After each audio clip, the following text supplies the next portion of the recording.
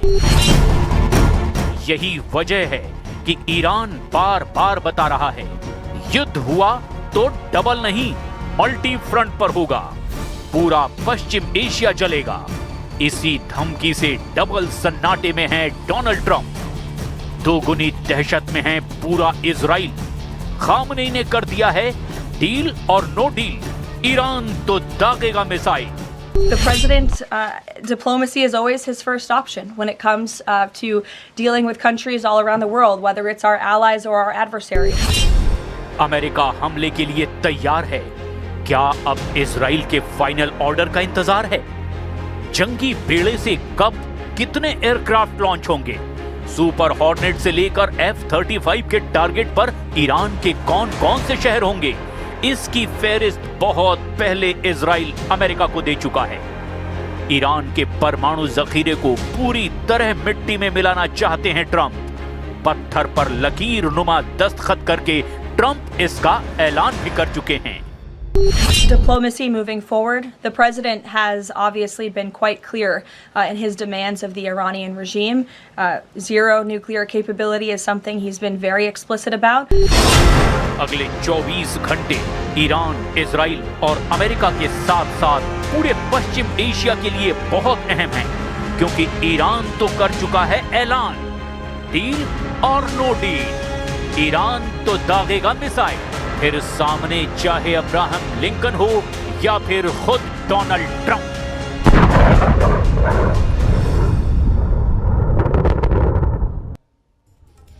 आपका स्वागत है न्यूज 18 के स्टूडियो में, पावर्ड बाय विक्रम टी। जंगी हालात के बीच अब खौफनाक साजिश का कच्चा चिट्ठा लेकर हाजिर हूं मैं, प्रशांत चुरहे। ओमान में अमेरिका से हुई बातचीत से ईरान तो खुश है, लेकिन अमेरिका अभी कुछ नहीं बोल रहा और इजराइल भी पूरी तरह से खामोश है। इस बीच अमेरिका ने अपने नागरिकों को ईरान छोड़ने के लिए कह दिया है। ओमान में मीटिंग के दौरान ही डोनाल्ड ट्रंप का यह सिग्नल बता रहा है कि अगले 24 घंटे के भीतर ईरान में कुछ बहुत बड़ा हो सकता है और इसे ही सबसे बड़ी साजिश माना जा रहा है।